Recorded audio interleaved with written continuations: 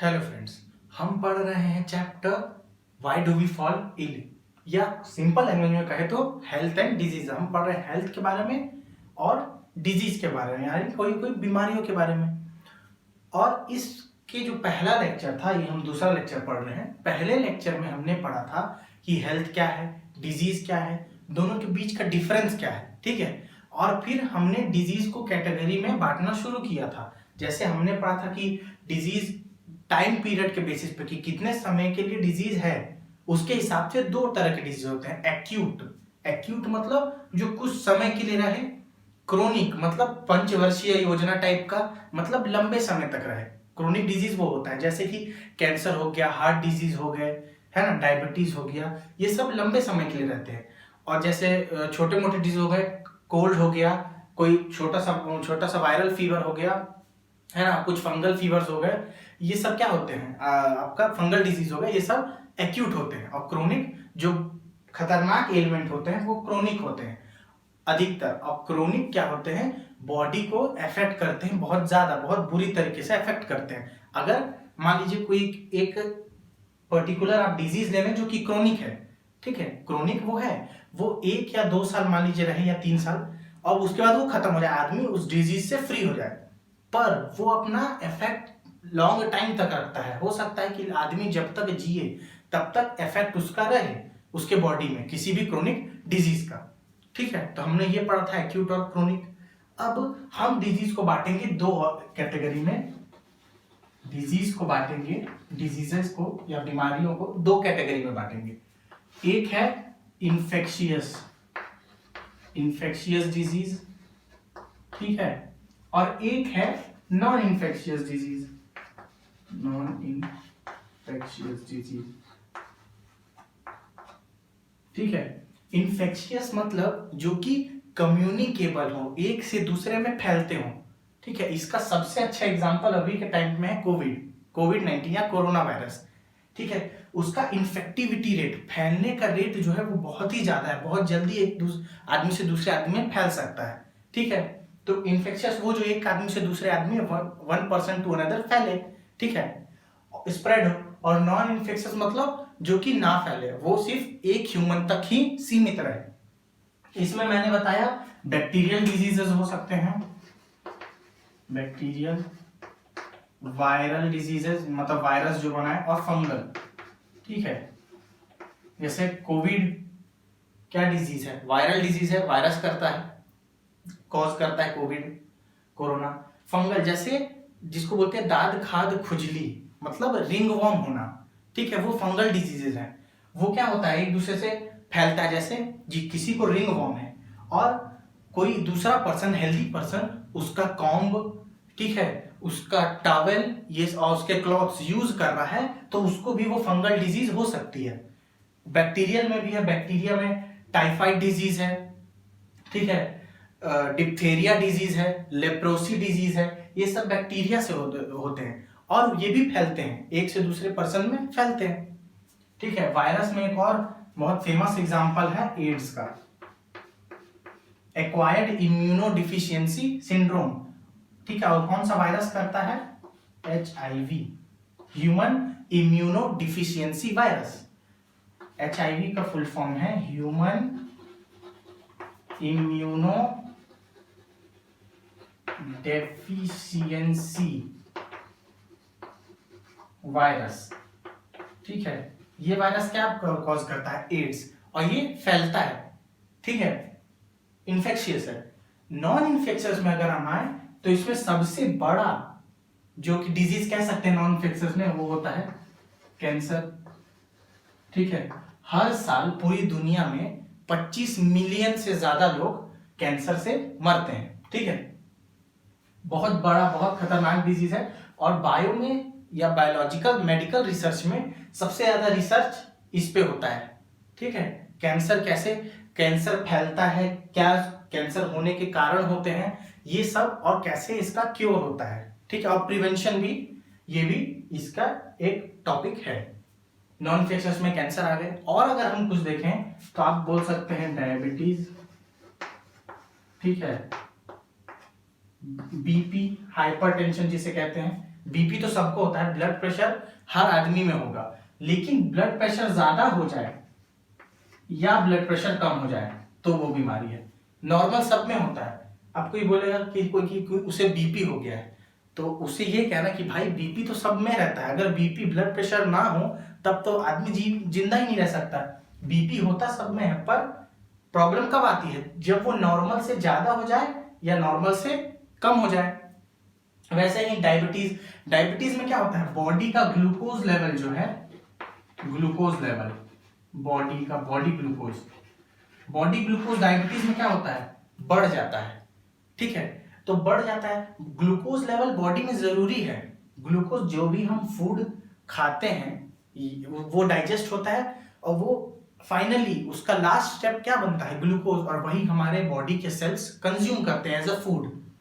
अगर बॉडी में ग्लूकोज ही ना हो तब तो आप जिंदा नहीं रह सकते। इसीलिए ग्लूकोज होना बॉडी में जरूरी है, पर एक नॉर्मल लेवल, जो फिक्स नॉर्मल लेवल है बॉडी का, उससे ज्यादा अगर ग्लूकोज हो जाए तो वो प्रॉब्लम करता है।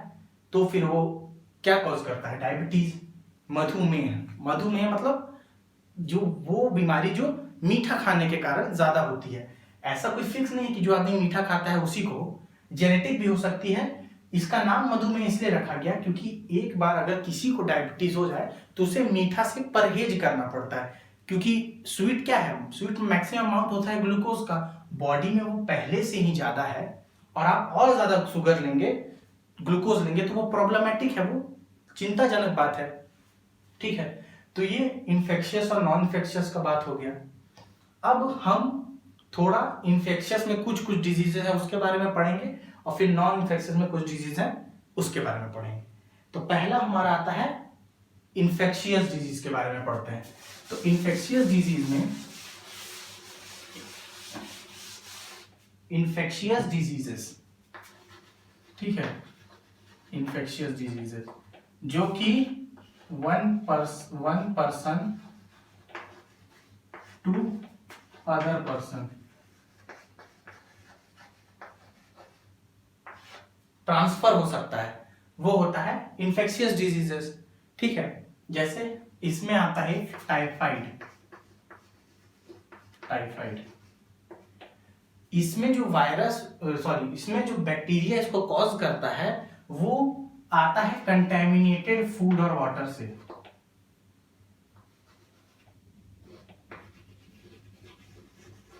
Contaminated food and water. देखिए, जैसे किसी आदमी को टाइफाइड हुआ है, ठीक है, एक बैक्टीरिया होता है सैल्मोनेला टाइफी, वो उस आदमी के बॉडी में एंटर कर चुका है, ठीक है, और वो आदमी क्या है, हाइजीनिक नहीं है, मतलब वो अपने आसपास के फूड को और वाटर को भी कंटेमिनेट कर रहा है। जैसे कि वो अपना ह्यूमन फेसेस या ह्यूमन का जो एक्सक्रीटा होता है उसे खुले में, जो बोलते हैं खुले में शौच करना, वो अगर उसे खुले में पास कर रहा है तो उससे वो ग्राउंड वाटर में जा सकता है, या जो आसपास प्लांट्स हैं उनमें जा सकता है, तो उससे फूड भी कंटेमिनेट हो गया, गंदा हो गया, वाटर भी कंटेमिनेट हो गया। और उसमें से जब कोई इसी वाटर को या इसी कंटेमिनेटेड फूड को कंज्यूम करेगा तो वो उसे भी हो जाएगा। इसीलिए ये क्या है, एक तरह का इन्फेक्शियस डिजीज है। कॉमन कोल्ड, दूसरा आता है कॉमन कोल्ड। ये वायरल डिजीज है, सबको होता है, मतलब साल में किसी का अगर इम्यूनिटी कमजोर हो तो हर महीने हो सकता है, और किसी का इम्यूनिटी ज्यादा हो तो इसे साल में कुछ बार, लेकिन होता जरूर बहुत कॉमन डिजीज है, इसलिए नाम क्या है, कॉमन कोल्ड। इसको करने वाले वायरस का नाम है राइनो वायरस। ठीक है, इसमें क्या होता है, नेजल कंजेशन होता है, ठीक है, म्यूकोसा का डिस्चार्ज होता है, कफ का डिस्चार्ज होता है, हेडेक होता है, और बॉडी में बहुत पेन होता है। इसके सिम्टम्स हो गए ये। टाइफाइड के सिम्टम्स हम देख लेते हैं। टाइफाइड में क्या होता है, पेट दर्द, स्टमक एक होगा, हेडेक होगा, ठीक है, और बहुत अगर सीरियस टाइप का टाइफाइड हुआ है किसी को तो उसमें क्या हो सकता है, उसके पेट में जो स्मॉल इंटेस्टाइन है या लार्ज इंटेस्टाइन है उनमें क्या हो सकता है, छेद भी हो सकता है, पोर भी बन सकते हैं। ठीक है, तो ये टाइफाइड हमने पढ़ लिया, कॉमन कोल्ड पढ़ लिया। फंगल डिजीज पढ़ लेते हैं। उसको बोल सकते हैं रिंगवॉर्म्स, रिंगवॉर्म। ठीक है, ये स्किन के फोल्ड्स में होती हैं, जैसे ग्रोइन रीजन में या उंगलियों के बीच में जहां पे स्किन का फोल्ड प्रेजेंट है उसमें होती हैं। और एक आदमी से दूसरे आदमी में फैलती हैं कैसे? अगर कोई हेल्दी पर्सन किसी डिजीज्ड पर्सन के कॉम्स को, मतलब कंघी को, उसके क्लोथ्स को यूज करे बिना अच्छे से वॉश किए तो हो सकती है। ठीक है, इसमें क्या होता है? ईचिंग, इंटेंस ईचिंग होती है, खुजली होती है, जो एरिया ड्राई हो जाता है जहां पर ये रिंगवॉर्म होता है। ठीक है, ईचिंग होती है, और क्या होता है? हीट बहुत ज्यादा हो जाता है, और एक्सट्रीम केसेस में ब्लड भी आ सकता है। ठीक है, तो ये कुछ हो गए इन्फेक्शियस डिजीजेस। अब जो एक बहुत खतरनाक इन्फेक्शियस डिजीज है एड्स, ठीक है, उसके बारे में हम थोड़ा देख लेते हैं। ठीक है,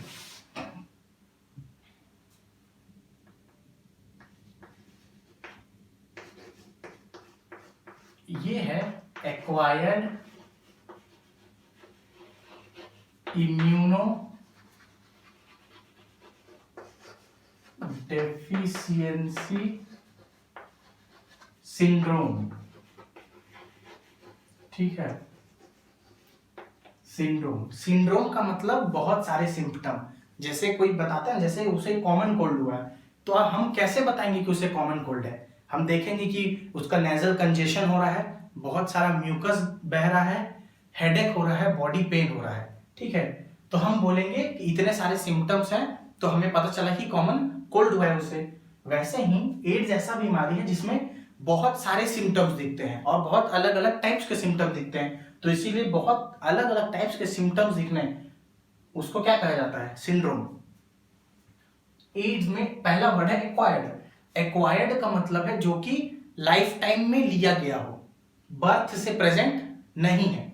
ठीक है, दो चीज होती है, कॉन्जेनाइटल, कोई भी किसी चीज के आगे अगर कॉन्जेनाइटल लगा है तो हम ये समझेंगे कि वो उसके पास बर्थ से है।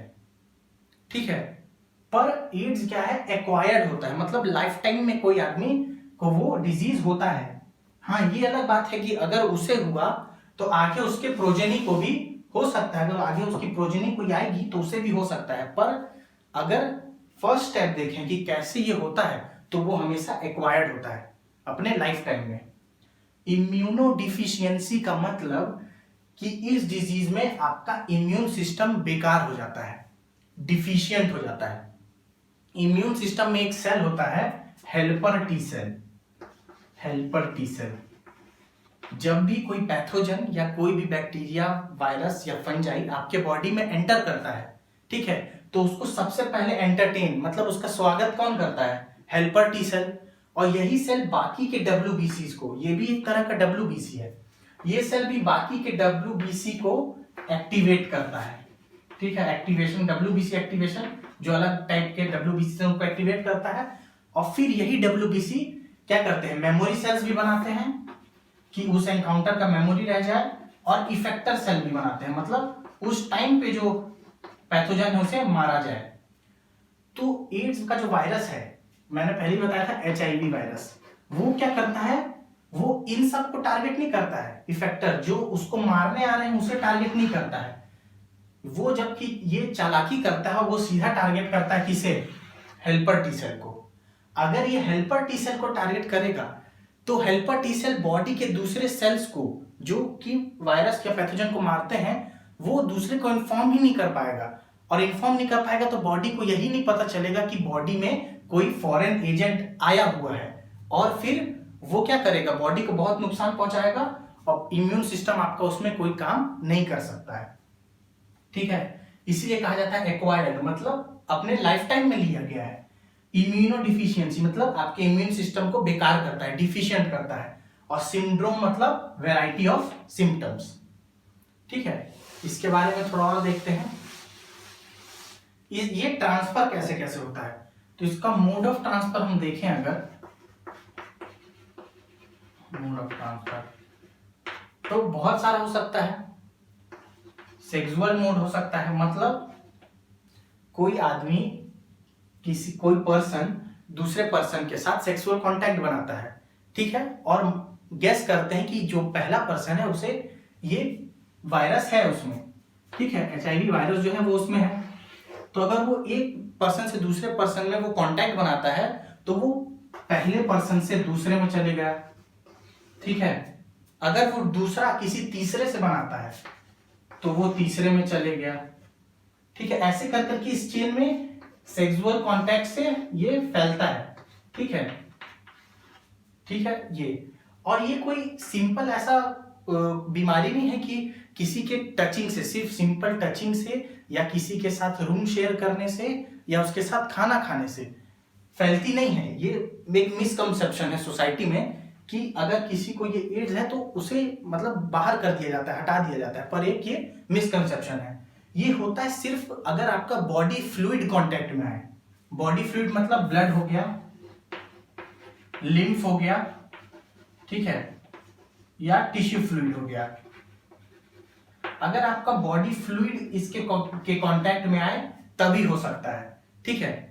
सलाइवा से एक नहीं फैलता है, सलाइवा से ये नहीं फैलता है HIV, ये सिर्फ बॉडी फ्लूइड्स से फैलता है। ऐसे फ्लूइड्स जैसे कैसे, ब्लड, लिम्फ और टिश्यू फ्लूइड, ऐसे में, ठीक है।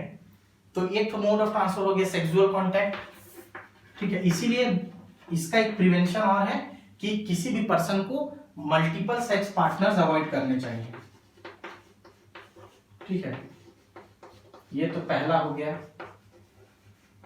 और कॉन्ट्रासेप्टिव्स का यूज करना चाहिए, यूज ऑफ कॉन्ट्रासेप्टिव्स, जो कि क्या करे, बॉडी फ्लूइड्स को मिलने ही ना दे। ये हो गया। एक दूसरा मोड होता है कैसे, जैसे blood transfusion. Blood transfusion, blood transfusion मतलब सपोज कि किसी को ब्लड की जरूरत है, कोई एक ऐसा पेशेंट है जिसे ब्लड की जरूरत है और वो उसे ब्लड इंजेक्ट किया जाता है। हो सकता है कि जिसका ब्लड इंजेक्ट किया हो गया हो, जो पर्सन ने ब्लड डोनेट किया हो, उसे ये वायरस हो, HIV वायरस, या ऐसा इसमें ब्लड डालने में, उस पर्सन में जब ब्लड डाला गया तो जिस सिरिंज का यूज किया गया हो उसमें भी इसके ट्रेसेस हो सकते हैं। इसीलिए कहा जाता है कि सिरिंज डिस्पोजेबल यूज करना चाहिए। डिस्पोजेबल का मतलब एक यूज, सिर्फ वन सिंगल यूज होना चाहिए, ऐसे सिरिंजेस का यूज होना चाहिए। और ब्लड का मॉनिटरिंग होना चाहिए। कभी भी ब्लड डोनेशन कोई करता है तो उसके ब्लड का फुल चेकअप होता है कि भाई उसमें कौन कौन से डिजीजेस या कौन कौन से बैक्टीरिया वायरस हैं, कि वो जो ब्लड ले रहा है, जो रेसिपिएंट है ब्लड का, उससे कोई प्रॉब्लम ना हो, ठीक है। तो ये तो ब्लड ट्रांसफ्यूजन से पहला था सेक्सुअल कांटेक्ट, दूसरा मोड है ब्लड ट्रांसफ्यूजन। तीसरा मोड अगर आप देखें तो मदर से जा सकता है, मदर टू चाइल्ड। जैसे कि अगर किसी मदर में है ये वायरस, ठीक है, और वो अगर किसी बच्चे को जन्म देती है तो उस बच्चे में भी होगा, ठीक है, ये बात हो गया। और अगर कोई मदर बच्चे को ब्रेस्ट फीडिंग कराती है, मतलब अपना दूध पिलाती है, तो ब्रेस्ट फीडिंग से भी होता है। तो एक मोड और हो गया ब्रेस्ट फीडिंग, ठीक है, ये हो गया। टैटू, अगर टैटू बनाने वाले जो होते हैं, टैटू बनाने वाले में जो वो इंस्ट्रूमेंट यूज करते हैं, या डेंटल सर्जरी में कोई इंस्ट्रूमेंट यूज हो रहा है, तो वो इंस्ट्रूमेंट में अगर किसी एड्स पेशेंट का ब्लड लग गया है, किसी एड्स पेशेंट में उस इंस्ट्रूमेंट को यूज किया गया है और फिर उसे अच्छे से स्टेरलाइज नहीं किया गया और दूसरे पेशेंट में यूज कर दिया गया, तो उससे भी वो फैल सकता है। तो ये इसके मोड ऑफ ट्रांसफर हो गए। इसका कोई क्योर नहीं है, कोई इलाज नहीं है, नो क्योर फॉर इट, ठीक है। डेथ निश्चित है, इनएविटेबल है, ठीक है। इस बीमारी के कारण जो डेथ होती है वो मतलब रोकी नहीं जा सकती, इस बीमारी को ठीक नहीं किया जा सकता। हालांकि साइंस एडवांस जैसे जैसे हो रहा है, अर्थ पर अभी सिर्फ 2 ही आदमी ऐसे हैं जो कि एड्स से क्योर हो चुके हैं, ठीक है। तो सोचिए फ्रीक्वेंसी क्या है, लगभग हर करोड़ों लोग को होती है हर साल, और उसमें से अभी तक जब से इस बीमारी के बारे में पता चला है, सिर्फ 2 लोग हैं जो ठीक हो चुके हैं, ठीक है। तो प्रिवेंशन, इसका सबसे बढ़िया मेथड क्या है, प्रिवेंशन, कि आप स्टेप्स लोगों को जागरूक करें, ठीक है। सोसाइटी में मिसकॉन्सेप्शंस जो है उनको खत्म करें, कॉन्ट्रासेप्टिव का यूज करें, है ना। ये सब इसके कुछ कुछ प्रिकॉशनरी स्टेप्स हो सकते हैं। अब अगले लेक्चर में हम क्या पढ़ेंगे, हम पढ़ेंगे एक दो और इन्फेक्शियस डिजीजेस और कुछ इंपॉर्टेंट नॉन इन्फेक्शियस डिजीजेस। ठीक है, तो आज के लेक्चर के लिए इतना ही। Thank you.